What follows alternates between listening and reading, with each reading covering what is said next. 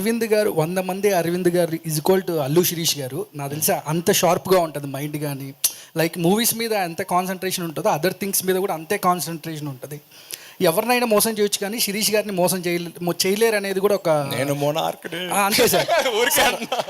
Sir మీకు చిన్నతనంలో చిన్నప్పటి నుంచి చిరంజీవి గారు, పవన్ కళ్యాణ్ గారు ఇట్లా చాలా మంది స్టార్స్తో చిన్నప్పుడు మీరు ఆడుకోవడం వెళ్ళడం, బన్నీ గారు అవ్వచ్చు, వరుణ్ గారు అవ్వచ్చు, మీ బెస్ట్ బర్త్డే అంటే ఎవరు చెప్తారు, ఎవరంటారు సార్?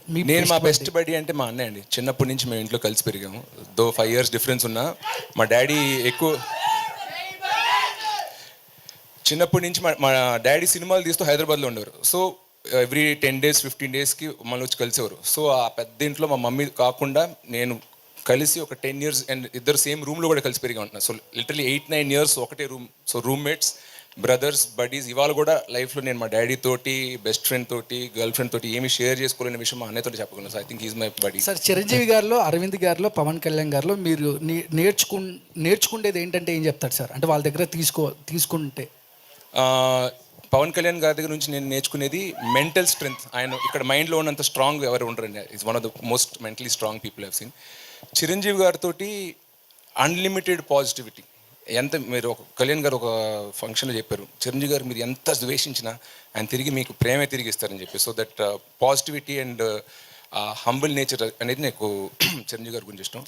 మా డాడీ అంటే హీస్ లైక్ అ రోబోట్. మీరు అన్నట్టు 100 series వోంట్ మ్యాచ్ అరవింద్ గారు అంటున్నా.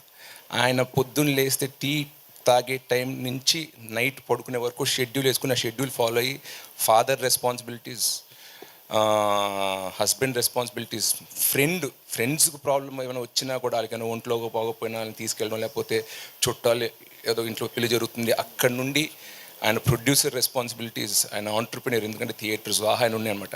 అవన్నీ ఏ ఒక్కటి మిస్ కాకుండా ఇక్కడ నేను ఫాదర్గా 70 ఇస్తా, ప్రొడ్యూసర్గా 100 ఇస్తాను కాకుండా ప్రతి డిపార్ట్మెంట్లో 100 ఇచ్చుకుంటూ వస్తారు. సో అంటారు work life balance, work 50, life 50, personal life 50, work 50 అని.